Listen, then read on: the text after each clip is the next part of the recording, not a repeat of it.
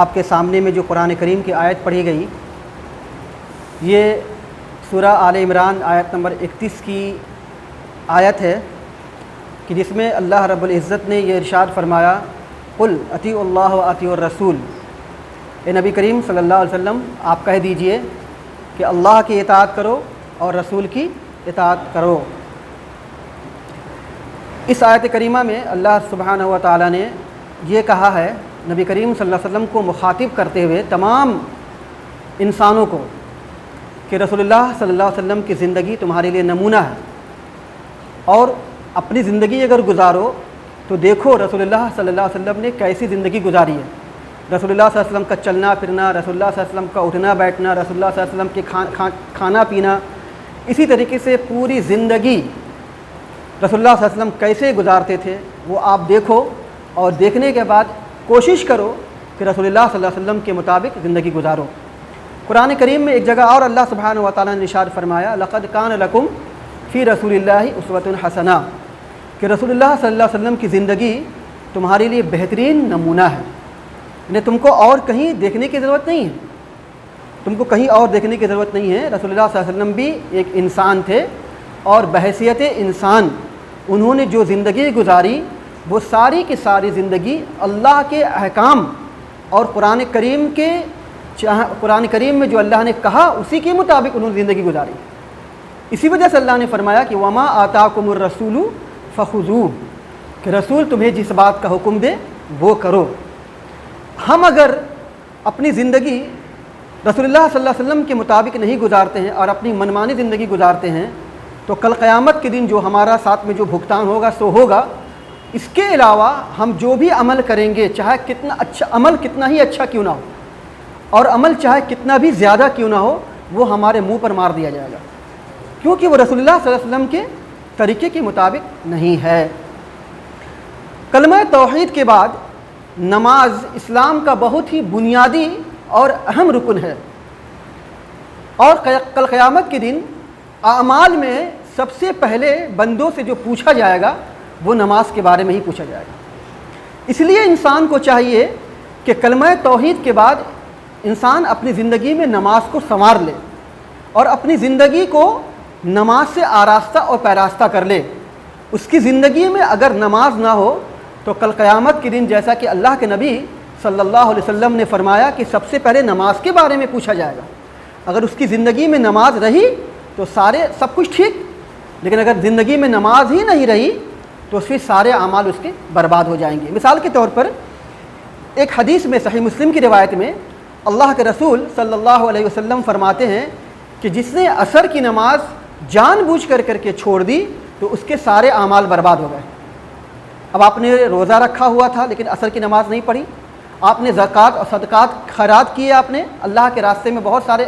کام کیے، لیکن آپ نے جان بوجھ کر کے عصر کی نماز چھوڑ دی تو وہ سارا کا سارا عمل آپ کا روزہ رکھنا، زکوٰۃ و صدقات و خیرات کرنا، اچھے اعمال کرنا، سارا کا سارا عمل آپ کا برباد ہے۔ تو نماز اگر آپ کی زندگی میں ہے تو اعمال کی حیثیت ہے، لیکن آپ کی زندگی میں نماز نہیں ہے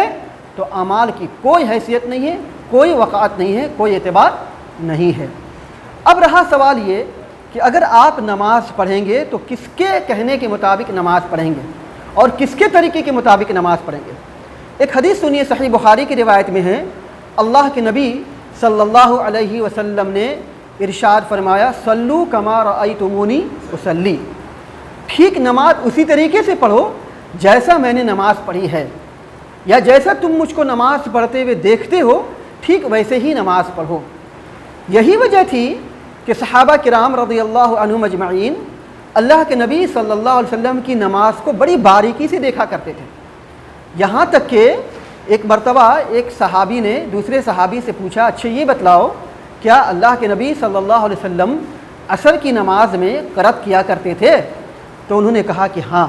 اللہ کے نبی صلی اللہ علیہ وسلم عصر کی نماز میں قرأت کرتے تھے۔ تو انہوں نے کہا کہ آپ کو کیسے پتہ؟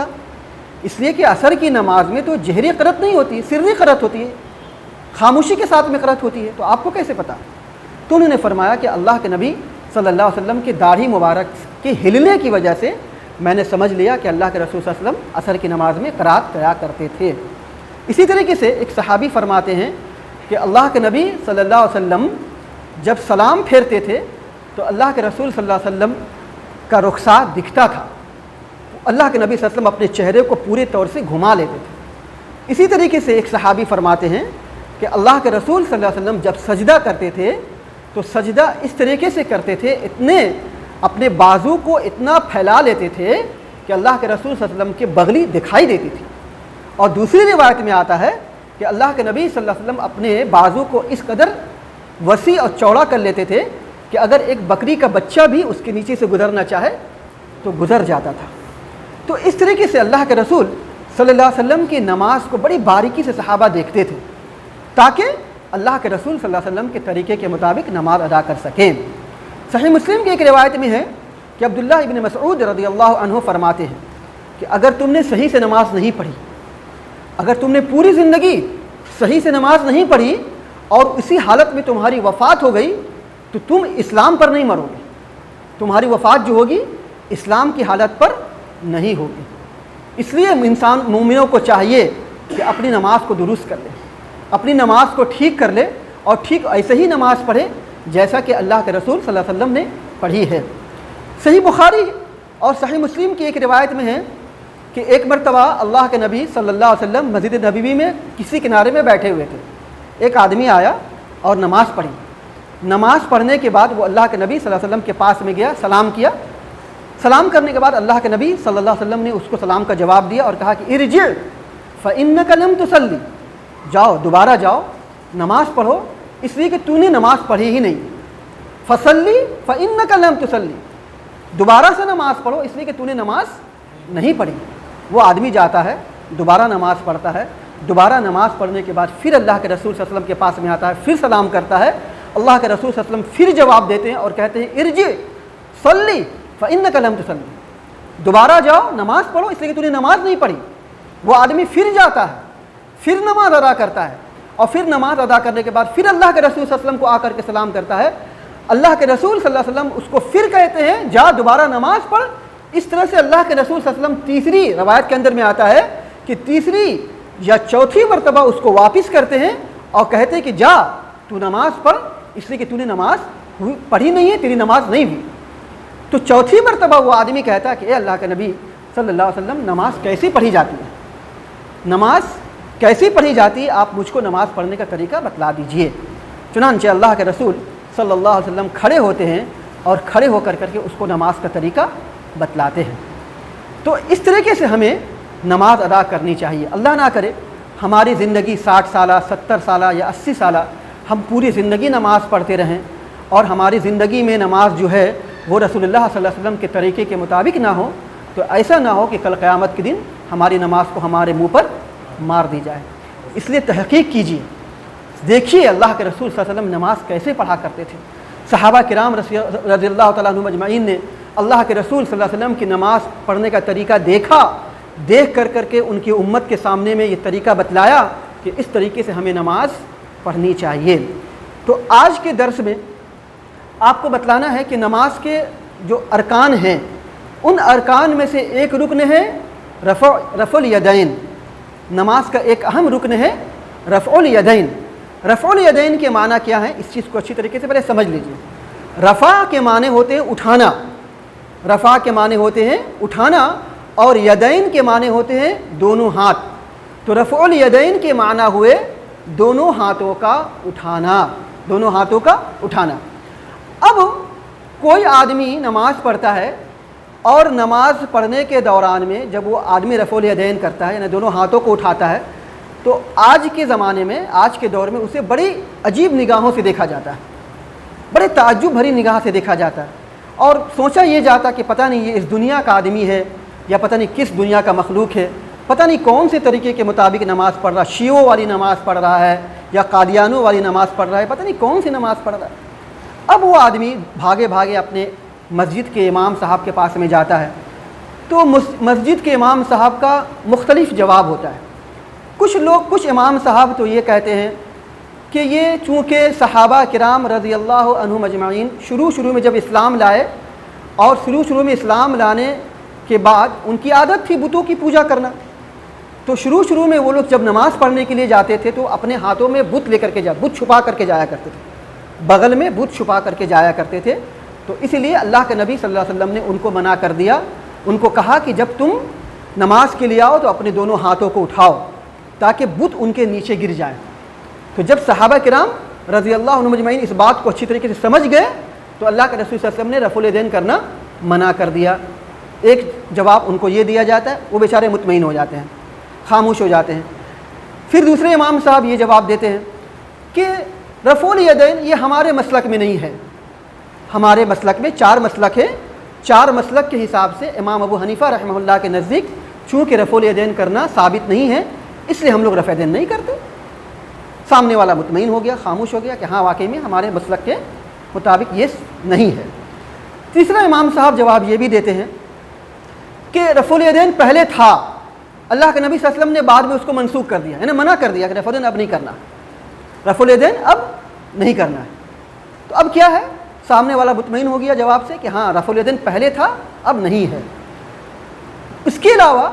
کچھ اور یہ بھی جواب دیا جاتا ہے کہ یہ رفع الیدین کا سینس کیا ہے، کیا مطلب ہے ہاتھوں کو اٹھانا، کہ کتنا خراب لگتا ہے۔ اللہ سبحانہ و تعالیٰ نے قرآن مجید میں ارشاد فرمایا کہ وقوموا للہ قانتین، نماز میں اگر آپ کھڑے رہو تو اطمینان اور سکون کے ساتھ میں کھڑے رہو۔ یہ کہ آپ اپنے دونوں ہاتھوں کو اٹھاتے ہیں تو اس کا تو کوئی مطلب ہی نہیں ہے۔ تو اس طریقے سے جواب دیا جاتا ہے، اور یہ بھی بہت سارے جوابات دیے جاتے ہیں۔ تو اب ان سوالوں کا جواب کیا ہے، اس چیز کو اچھی طریقے سے پہلے سمجھ لیجیے۔ جو لوگ یہ کہتے ہیں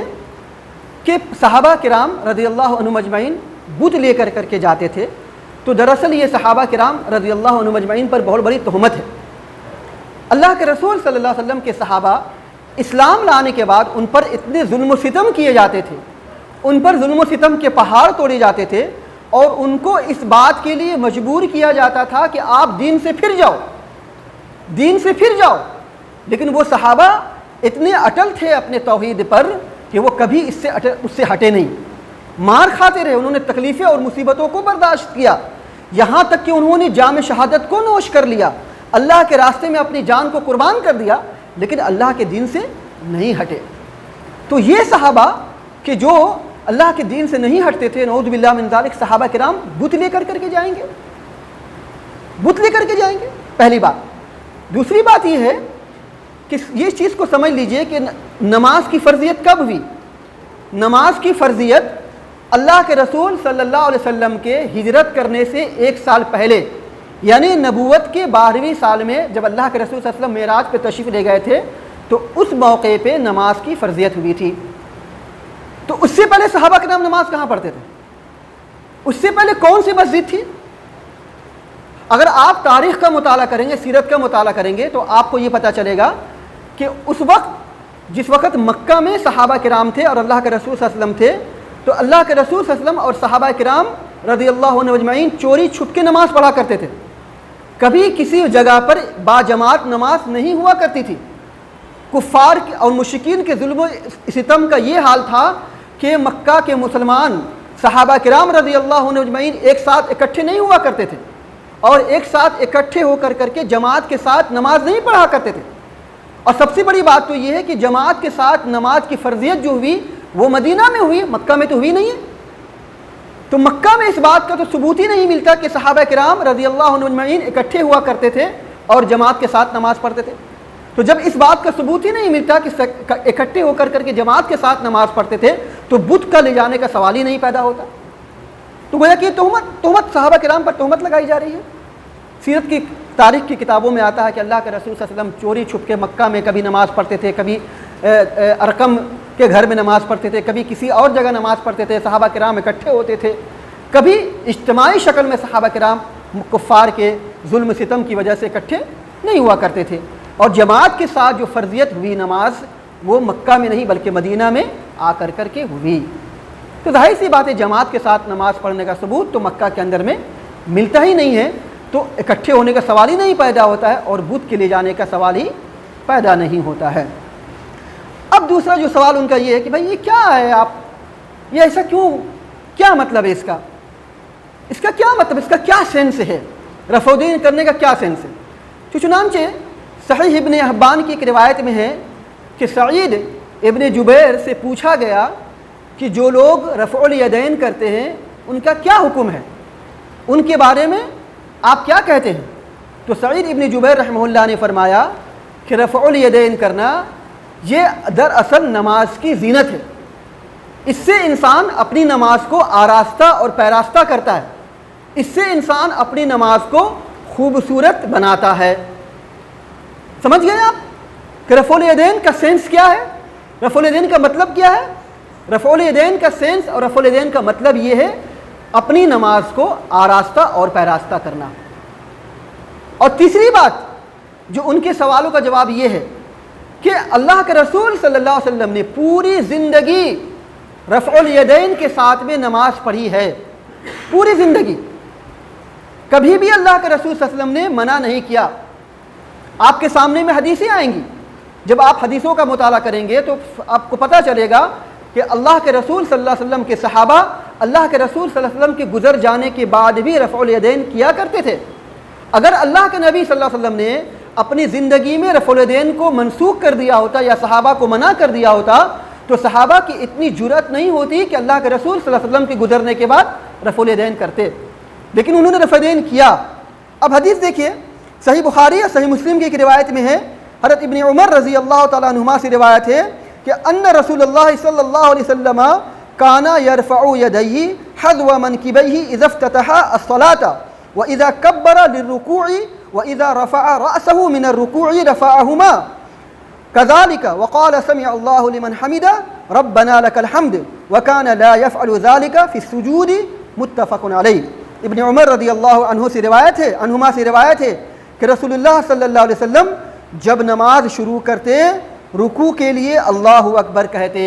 اللہ اکبر کہتے، اور جب رکوع سے سر اٹھاتے تو رفع الیدین کرتے، رکوع سے سر اٹھاتے تو رفع الیدین دونوں ہاتھوں کو اٹھاتے تھے۔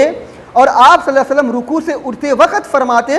اللہ نے سن لی جس نے اس کی حمد بیان کی، ہمارے رب تمام حمد و ستائش تیرے لیے ہی ہے، اور آپ سجدوں کے مابین یہ رفع الیدین نہیں کیا کرتے تھے۔ تو اس حدیث سے پتہ چلا کہ اللہ کے رسول صلی اللہ علیہ وسلم جب رکوع میں جاتے تھے تو دونوں ہاتھوں کو اٹھاتے تھے، اور جب رکوع سے اٹھتے تھے تو دونوں ہاتھوں کو اٹھاتے تھے۔ اس کے اندر میں ایک لفظ ہے، لفظ ہے کانا یرفع یدیہ، کانا یرفع یدیہ، اللہ کے رسول صلی اللہ علیہ وسلم رفع الیدین کرتے تھے، کرتے تھے۔ یہ جو صیغہ ہے عربی گرامر کے حساب سے یہ ماضی استمراری کا صیغہ ہے۔ ماضی استمراری کا مطلب یہ ہے کہ پاسٹ میں کوئی کام کنٹینیو پایا جائے، جس کو آپ لوگ اپنے انگلش گرامر کے حساب سے پاسٹ کنٹینیوس کہتے ہیں۔ تو عربی گرامر کے حساب سے ماضی استمراری ہے، اور انگلش کے حساب سے یہ جو ٹینس ہے یہ پاسٹ کنٹینیوس کا ٹینس ہے، یعنی یہ چیز اللہ کے رسول صلی اللہ علیہ وسلم برابر کرتے تھے، کبھی اللہ کے رسول صلی اللہ علیہ وسلم نے گیپ نہیں کیا۔ اگر اللہ کے رسول صلی اللہ علیہ وسلم نے کبھی کیا اور کبھی نہیں کیا، یہاں تک کہ اللہ کے رسول صلی اللہ علیہ وسلم نے منع کر دیا، تو حضرت ابن عمر رضی اللہ تعالیٰ عنہما یہ نہیں کہتے کہ اللہ کے رسول صلی اللہ علیہ وسلم کرتے تھے، بلکہ حضرت ابن عمر رضی اللہ عنہما یہ کہتے کہ اللہ کے رسول صلی اللہ علیہ وسلم نے رفع الیدین کیا تھا۔ کرتے تھے کا لفظ نہیں لاتے، کیا کہتے؟ کیا تھا۔ لیکن یہاں پہ جو لفظ آ رہا ہے کانا یرفع یدیہ، اللہ کے رسول صلی اللہ علیہ وسلم رفع الیدین کرتے تھے۔ تو اس سے یہ پتہ چلا کہ اللہ کے رسول صلی اللہ علیہ وسلم رفع الیدین کرتے تھے، اور کبھی بھی اللہ کے رسول صلی اللہ علیہ وسلم اپنی زندگی میں منع نہیں کیا۔ اس کے علاوہ ایک اور روایت دیکھیے، مالک بن حویرث رضی اللہ عنہ بیان کرتے ہیں کہ جب رسول اللہ صلی اللہ علیہ وسلم اللہ اکبر کہتے تو اپنے دونوں ہاتھ اٹھاتے، یہاں تک کہ وہ انہیں کانوں کے برابر لے آتے۔ جب رکوع سے سر اٹھاتے اور سمیع اللہ لمن حمیدہ کہتے تو بھی اسی طرح کہتے، اور ایک دوسری روایت میں یہ آتا ہے کہ یہاں تک کہ وہ انہیں اپنے کانوں کی لو کے برابر کر لیتے۔ تو ان جو روایت ہے، اس طرح کی اور بہت ساری روایت ہے، بہت صحیح بخاری، صحیح مسلم، تقریباً صحاح ستہ کی تمام کتابوں میں، مسند امام شافعی، اسی طریقے سے موطا امام مالک، مسند امام احمد بن حنبل رحمہ اللہ، اور بہت ساری احادیث کی کتابیں ہیں کہ جن میں اللہ کے رسول صلی اللہ علیہ وسلم کا رفع الیدین کرنا تواتر سے ثابت ہے، تواتر سے ثابت ہے۔ اور کسی ایک روایت میں بھی اس بات کا ثبوت نہیں ملتا کہ اللہ کے نبی صلی اللہ علیہ وسلم نے رفع الیدین کو منسوخ کر دیا تھا۔ ایک اور روایت دیکھیے، ام عائشہ رضی اللہ تعالیٰ عنہ کی روایت ہے، سنن الکبریٰ بہقی کی روایت ہے، سنن الکبریٰ بہقی کی روایت میں ہے کہ ام عائشہ رضی اللہ عنہا فرماتی ہیں کہ اللہ کے رسول صلی اللہ علیہ وسلم رفع الیدین کرتے تھے حتی لقی اللہ، یہاں تک کہ انہوں نے اللہ سے ملاقات کر لی، یہاں تک کہ انہوں نے اللہ تعالیٰ سے ملاقات کر لی۔ یعنی اللہ کے نبی صلی اللہ علیہ وسلم جو رفع الیدین کرتے تھے اپنے آخری وقت تک رفع الیدین کرتے تھے۔ تو منع کب کیا اللہ کے رسول صلی اللہ علیہ وسلم نے؟ اما عائشہ رضی اللہ عنہ فرماتی کہ یہاں تک کہ اللہ کے رسول صلی اللہ علیہ وسلم اللہ سے جا ملے، اپنے آخری وقت تک اللہ کے رسول صلی اللہ علیہ وسلم نے رفع الیدین کیا۔ تو جب کیا تو اللہ کے رسول نے منع کہاں کیا، منسوخ کہاں ہے؟ ایک روایت اور دیکھیے، ابو حمید سعدی رضی اللہ عنہ کی روایت ہے کہ ابو حمید سعدی رضی اللہ عنہ نے نبی کریم صلی اللہ علیہ وسلم کے 10 صحابہ کی موجودگی میں فرمایا کہ رسول اللہ صلی اللہ علیہ وسلم کی نماز کے متعلق میں تم سے زیادہ جانتا ہوں۔ انہوں نے فرمایا بیان کرو، جب تم اللہ کے رسول صلی اللہ علیہ وسلم کی نماز کے تعلق سے بہت اچھی طریقے سے جانتے ہو تو اللہ کے رسول صلی اللہ علیہ وسلم نماز کیسے پڑھتے تھے بتلاؤ۔ چنانچہ ابو حمید سعدی رضی اللہ تعالیٰ عنہ نماز کے لیے کھڑے ہوئے، انہوں نے فرمایا کہ جب نبی کریم صلی اللہ علیہ وسلم نماز کا ارادہ فرماتے تو کندھوں کے برابر ہاتھ اٹھاتے، کندھوں کے برابر اب دونوں ہاتھوں کو اٹھاتے، پھر اللہ اکبر کہتے، پھر قرات کرتے، پھر اللہ اکبر کہہ کر کندھوں کے برابر اٹھاتے۔ قرات کرنے کے بعد جب رکوع جاتے تو رکوع میں جانے سے پہلے پھر دوبارہ اپنے دونوں ہاتھوں کو کندھوں تک اٹھاتے تھے، پھر سمیع اللہ لمن حمدہ، پھر رکوع کرتے اور اپنی ہتھیلیاں گھٹنوں پر رکھ دیتے، پھر برابر ہو جاتے۔ آپ سر کو جھکاتے نہ بلند کرتے، پھر سر اٹھاتے تو سمیع اللہ لمن حمیدہ کہتے، پھر کندھوں کے برابر ہاتھ اٹھاتے۔ یہ رفع الیدین کب کرتے تھے؟ جب رکوع میں جاتے تو اپنے کندھوں کے برابر ہاتھوں کو اٹھاتے تھے، اور جب رکوع سے سر اٹھاتے تھے تو اپنے دونوں ہاتھوں کو کندھوں کے برابر کر لیا کرتے تھے، اور اطمینان کے ساتھ برابر کھڑے ہو جاتے، پھر اللہ اکبر کہتے اور سجدہ کے لیے زمین کی طرف جھک جاتے۔ آپ اپنے ہاتھ پہلوؤں سے دور رکھتے، پاؤں کی انگلیاں کھولتے، پھر سر اٹھاتے، بائیں پاؤں کو موڑتے اور اس پر بیٹھ جاتے، اور اس قدر اطمینان سے بیٹھتے کہ ہر ہڈی اپنی جگہ پر آ جاتی اور اطمینان سے بیٹھے رہتے، پھر سجدہ کرتے، پھر اللہ اکبر کہتے ہوئے اٹھتے، بایاں پاؤں موڑتے اور اس پر بیٹھ جاتے، اور اس قدر اطمینان سے بیٹھتے کہ ہر ہڈی اپنی جگہ پر آ جاتی، پھر کھڑے ہوتے، پھر دوسری رکعت میں اسی طرح کرتے، پھر جب دوسری رکعت کے بعد کھڑے ہوتے تو اللہ اکبر کہہ کر کندھوں کے برابر رفع الیدین کرتے، جیسا کہ نماز کے شروع میں کے وقت کیا تھا۔ پھر اپنی بقیہ نماز میں بھی ایسے ہی کیا کرتے تھے، یہاں تک کہ جب آخری سجدہ ہوتا جس کے بعد سلام پھیرنا ہوتا تھا تو آپ اپنا بایاں پاؤں باہر نکال لیا کرتے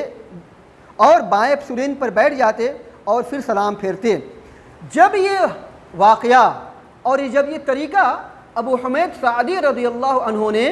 ان 10 صحابہ کرام رضی اللہ عنہم اجمعین کے سامنے میں بیان کر دیا تو وہ 10 کے 10 صحابہ کرام رضی اللہ عنہم نے فرمایا آپ نے درست کہا، آپ نے درست کہا،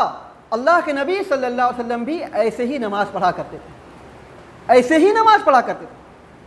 تو دیکھیے ابو حمید سعدی رضی اللہ عنہ رفع الیدین کر رہے ہیں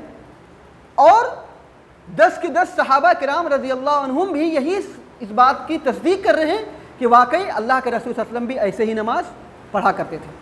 اگر اللہ کے نبی صلی اللہ علیہ وسلم نے اپنی زندگی میں اس کو منع کر دیا ہوتا تو ابو حمید سعدی رضی اللہ عنہ کی جرأت نہیں ہوتی کہ وہ رفع الیدین کرتے، اور وہ 10 کے 10 صحابہ کرام رضی اللہ عنہم اجمعین میں سے کوئی بھی ایک صحابہ کہتا کہ نہیں اللہ کے رسول صلی اللہ علیہ وسلم نے منع کر دیا تھا رفع الیدین کرنا، آپ کیوں کر رہے ہیں؟ لیکن کسی ایک صحابی نے بھی ان کے اس بات کو نکارا نہیں، منع نہیں کیا، بلکہ تصدیق کرتے ہوئے کہا کہ ہاں واقعی میں اللہ کے رسول صلی اللہ علیہ وسلم ایسے ہی نماز پڑھا کرتے تھے۔ تو رفع الیدین نماز کی زینت ہے، رفع الیدین نماز کی سنت ہے، بلکہ اہم رکن ہے، اور رفع الیدین یہ وہ طریقہ ہے جس کے ذریعے سے انسان اپنی نمازوں کو آراستہ اور پیراستہ کرتا ہے، اور رفع الیدین وہ طریقہ ہے کہ جس کے ذریعے سے انسان نمازوں میں اللہ کے رسول صلی اللہ علیہ وسلم کے طریقے کی پیروی کرتا ہے اور اللہ کے رسول صلی اللہ علیہ وسلم کے کہنے کے مطابق نماز ادا کرتا ہے۔ اگر آپ لوگوں کو چاہیے، اگر آپ اور ہم چاہتے ہیں کہ کل قیامت کے دن اللہ ہماری نمازوں کو قبول کر لے، ہماری نمازوں کو میرے منہ پر نہ مارے، تو ہمیں چاہیے کہ ہم جیسا کہ اللہ کے رسول صلی اللہ علیہ وسلم نماز پڑھا کرتے تھے ویسے ہی ہم لوگوں کو چاہیے نماز پڑھیں۔ اور خاص طور سے رفع الیدین کے بارے میں تحقیق کرنی چاہیے کہ رفع الیدین کی حدیثیں بہت ساری ہیں، تواتر کے ساتھ ثابت ہیں، اور تقریباً حدیث کی ہر کتابوں میں موجود ہے، اور صحابہ کرام رضی اللہ عنہم اجمعین کی ایک بہت بڑی جماعت نے رفع الیدین کی حدیث کو روایت کیا ہے۔